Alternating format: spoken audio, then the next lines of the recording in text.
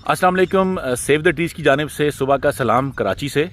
मैं इस वक्त कराची के साहिल पे मौजूद हूँ और अक्सर दोस्त हमसे पूछते हैं जी कि ये जो बड़े दरख्त आप शिफ्ट करते हैं या इनकी शिफ्टिंग का प्रोसेस क्या होता है और ये शिफ्ट किए जाने भी चाहिए कि नहीं।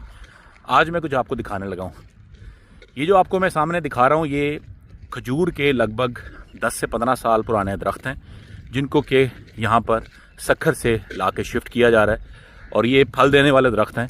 और आप देख रहे हैं इनका कद, इनकी जो कदो कामत से अंदाज़ा लगा सकते हैं कि ये तकरीबन इनकी हाइट 25 से 30 फुट ऊंची है। और ये जिस बाग से लाए गए हैं वहाँ पे तकरीबन इन्होंने 15 साल गुजारे हैं। अच्छा, यहाँ पर ये जो लगाए जा रहे हैं तकरीबन ये 70 के करीब दरख्त लग रहे हैं और इनके मैं आपको तने का साइज़ दिखाता हूँ और फिर इनकी जड़ें दिखाता हूँ। इनकी पूरी गाची बनाई जाती है, इनके नीचे से जैसे गमले का साइज़ बनाया जाता है और उसके बाद फिर इनको शिफ्ट किया जाता है।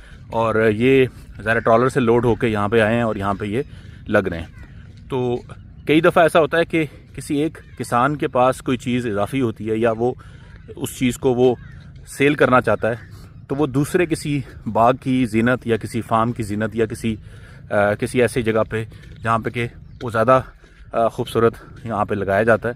तो इस तरह से बनिस्बत कि आप चीज़ों को काट दें, अगर आपको लगता है कि आपके पास कोई ऐसी इजाफी चीज़ है तो उसको ज़ाया करने के बजाय आप किसी ऐसे बंदे को उसको दे दें जिसको उसकी ज़्यादा ज़रूरत है।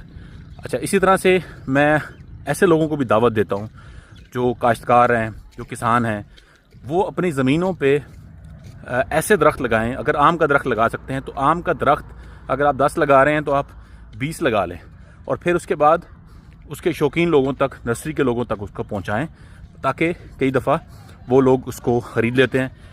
इन दरख्तों को निकालने का एक ख़ास वक्त होता है, इनको सही तरीके से निकाला जाता है, फिर उसको सही तरीके से इनकी शिफ्टिंग की जाती है। इसके बाद कई महीने तक इनकी देखभाल की जाती है और उसके बाद फिर ये दरख्त वैसे ही खुशबाश और ख़ूबसूरत लगते हैं जैसे कि अपने इलाके में थे।